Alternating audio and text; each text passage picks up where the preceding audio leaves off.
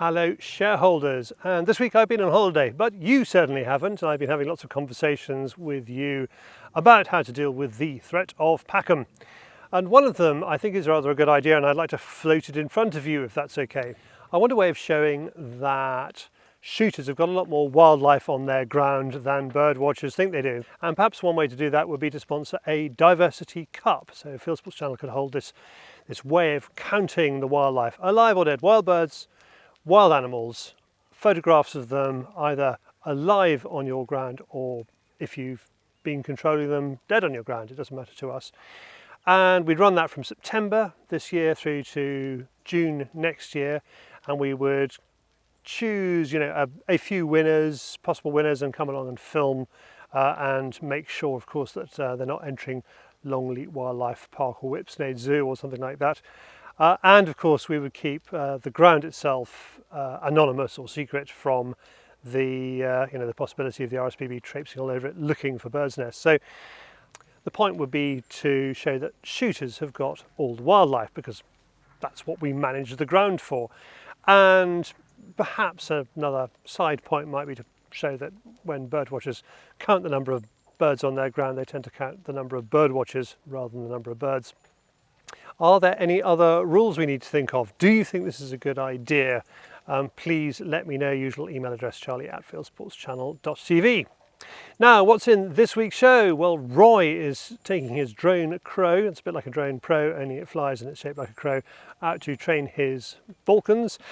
And Neil is doing a farm pest control job in New Zealand, where he's after a kind of Asian relative of the goat called the tar. So I hope you enjoy that. That's out tomorrow night. One of our missions at Fieldsports Channel is to give a voice to the little sports, the falconries, the ferretings, the fox huntings, that just can't afford the kind of good quality films that make waves on YouTube.